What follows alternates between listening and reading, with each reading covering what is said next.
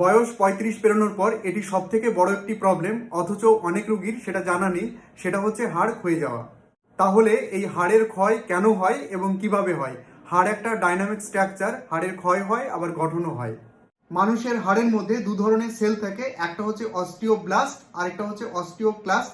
এবার একটা মানুষের হাড় ক্ষয় করে, আরেকটা নতুন হাড় গঠনে সাহায্য করে। এবার তাহলে হাড় শক্ত করতে কি কি দরকার হয়? নাম্বার 1 এবং সব থেকে প্রয়োজনীয় হচ্ছে ক্যালসিয়াম, এবং নাম্বার 2 হচ্ছে প্রোটিন।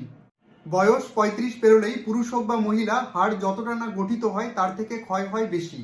এটাকে বলা হয় অস্টিওপেনিয়া।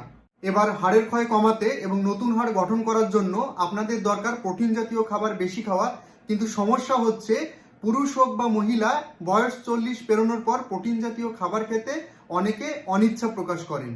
অথচ কম দামের মধ্যে সব থেকে সহজলভ্য এবং ভালো প্রোটিন হচ্ছে ডাল এবং ডিম।